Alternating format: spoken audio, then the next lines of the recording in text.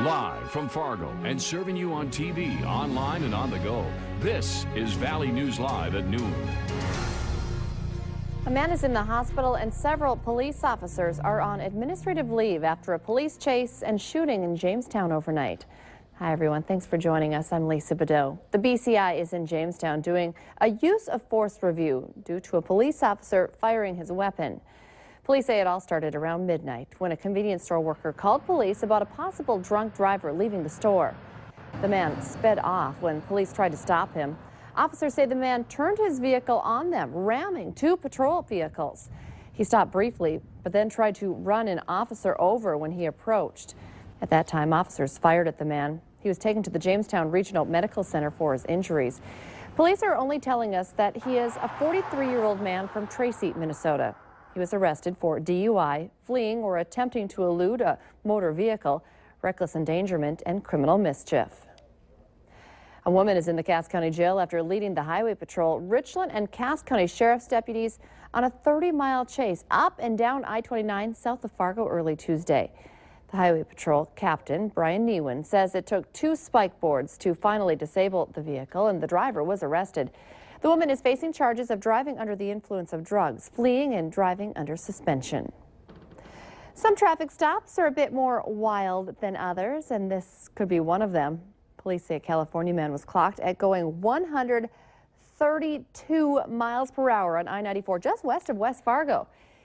How fast is that? 57 miles over the speed limit. Sean Mohammed got a speeding ticket for $285 and was arrested for reckless driving.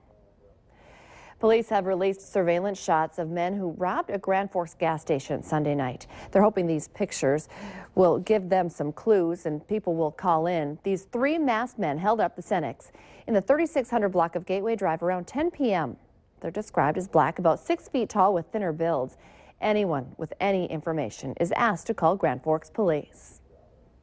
A man stabbed during a fight in Dilworth must undergo surgery for the knife wound to his back. The Dilworth police chief says the men involved were friends and had been drinking when they showed up at another friend's home in Dilworth. Others broke up the fight several times and then called police when the stabbing happened. Neither man wants to press charges. Damage is estimated at $35,000 for a fire that burned a South Fargo home. And the scary part is the family inside didn't know about it until a neighbor alerted them. It happened around 5:30 last night at 820 51st Street South. The family was home at the time and unaware of the fire until a neighbor knocked on their door. The fire started in a garage. No word yet on a cause. We're wearing green but seeing blue. I stole that from Mick this morning. Let's check in with meteorologist Mick Kerr right now to see what we can expect for this Tuesday afternoon. Really not too bad out there. Oh, pretty good, a little cool. You're just green with jealousy because you can't have this job. What a beautiful day to describe. We do have a good-looking sky cam shot there of South High and north of West Acres. Under a totally clear sky here. But stretching from south central South Dakota into northwestern Montana, a line of snow showers.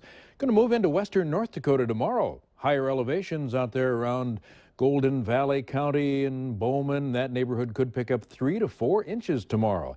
Our winds mostly west, and up in northern Minnesota, they're gusting to 30 miles an hour. Our temperature at 37 Fargo, Wahpeton, Sisseton, Gwinner, 36 Fergus and Detroit Lakes, 40 in Grand Forks. With a few high, thin clouds, mostly sunny, cool and dry, heading for 47 this afternoon. Lisa, I'll be back here in a few minutes and talk about the rest of the week. Okay, looking forward to that. Thank you, Mick. Luckily this spring we're not dealing with anything like this, although we have in the past. The banks of the Allegheny River in western Pennsylvania are overflowing with large chunks of ice, causing not only flooding, but major structural damage to some property. The National Weather Service says floodwaters are beginning to recede, but there's still a lot of large ice chunks making their way down the river, and that means the possibility of even more damage. UNICEF officials say thousands of children and families are homeless after a cyclone tore through the island nation of Vanuatu over the weekend. The cyclone made landfall on Saturday with winds up to 185 miles per hour. The Category 5 storm has caused at least 11 deaths so far.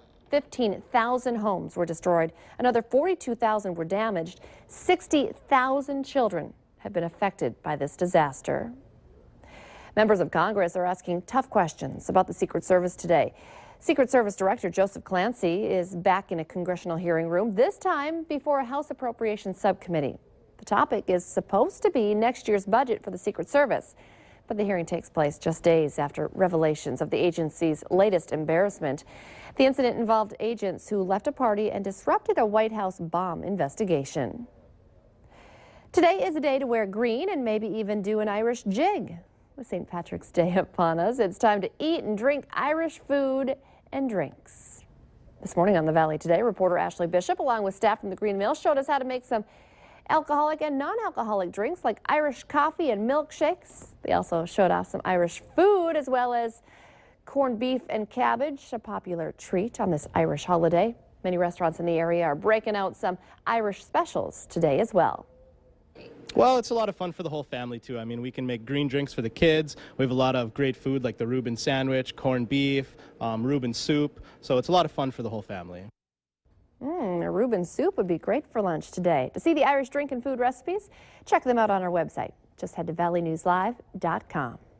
Coming up here at noon, athletes looking to stay competitive run the risk of head trauma. We'll check out the steps being taken to keep your child in the game and safe. But next, meteorologist Mick Kerr has our St. Patrick's Day forecast.